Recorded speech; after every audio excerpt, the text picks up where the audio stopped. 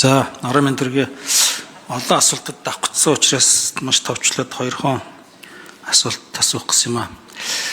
За, 90 онд энэ 2 туйлт ертөнц өөрчлөгдөөд маш олон орн бол олон намын системтэй, сонгуультай ийм үндсэн хуультай системээр олон орн шилжсэн байдаг. Тэгэд эндээс их олон орн буцсан.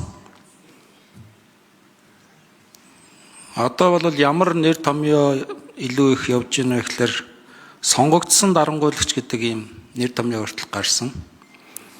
Тэгээ ямар байдлаар арга замаар буцаж байна вэ гэхээр нэг том намтай тойруулаад хэдэн жижиг намтай тэгээ олон намын системтэй юм шиг мөртлөө нэг нам дандаа ингээ ялж идэг.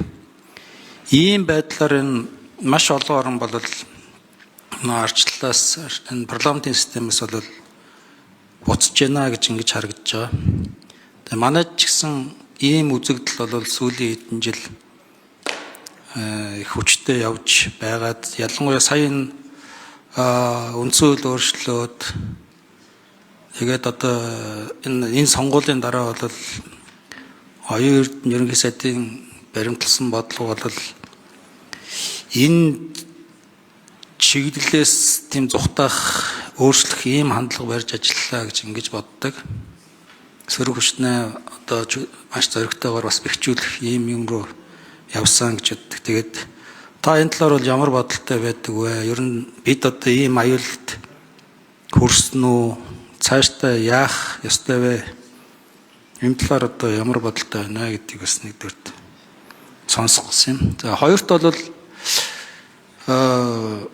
ер нь бол бид нар бас ингээд бүгдээрээ л улс орны өөрчлөлийг хөгжүүлэе гэдээ ингээд явж байгаа. Бидэнд бол хамгийн том саад болж байгаа зүйл бол мэдээж одоо мөнгө төгрөгнөөс гадна иргэдийн энэ хандлага сэтгэлгээг өөрчлөх чиглэлээр бол юу ч хийж чадахгүй яваад байна л гэж ингэж бодож.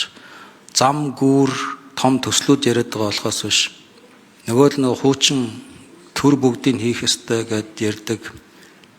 Хамтраад юм хийе гэж боддог тэр сэтгэлгээ байхгүй. Энэ чиглэлээр ер нь олигтой ажил хийж чадахгүй байгаагаас болоод маш их олон ажлууд бол фейлдэж байна гэж ингэж харж байгаа.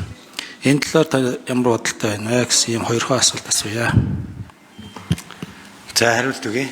Нэр дэвшигч. За Арвчгийн Эрдэнэ бүрэн гишүүний асуултанд хариулъя. За ер нь 90-ад он бол ардчлалын 3 дахь давлгааны ирэх үе. Өнөөдрийн Freedom House болон We Democracy индексийн яллыг нь ашиглах талаар бол 2 зөрүүтэй тайлбар өнөөдрийн парламентын мэтгэлцээний дунд өрнөж байна. Монголын ардчлал 2015 онд бид ухралтын шинж чанартай боллоо. Ардчлалын гол мунгааж байгаа үзүүлэлт нь авилга, хариуцлагагүй байдал, сонгуулийн системийн доголдол гэж хүмжилж энэ талаар мэтгэлцээ бид өрнүүлж байсан. Ийм ч учраас үндсэн хуулийн нэмэлт өөрчлөлт бол парламентын ардчлалаа төгөлдржүүлэх, төлөвшүүлэх энэ сонгуульд өрсөлдөөнд олон намын өрсөлдөөнд хэлбэрийг илүү төгөлдржүүлэхийн тулд өнөөдрийн үндсэн хуулийн нэмэлт өөрчлөлт хийгдэж үр дүнд нь харьцангуй олон парламентын намтай харьцангуй representativeness буюу одоо төлөөллийн чадвар сайжирсан ийм парламенттай болж байгаа нь ардчлалын үзүүлэлтүүд сайжирч байгаа үзүүлэлт гэж бодож байна. Харин энийгээ бид өөрсдөө клиентализм буюу одоо энэ хуйлдаан, эрх мэдэл, танил тал харсан системээр хэд буруу тийш нь хөдөлчихгүй байж энэ парламентын ардчлал үндсэн хуулийн нэмэлт өөрчлөлтөө илүү үр дүнтэй хэрэгжүүлэхэд энэ эдийн засгийн өрөөгөөж болгож ард иргэдээ хүртээмжтэй болгож ээж энэ ардчлал маань бэгчин батчин бусад системтэй харьцуулаад байна.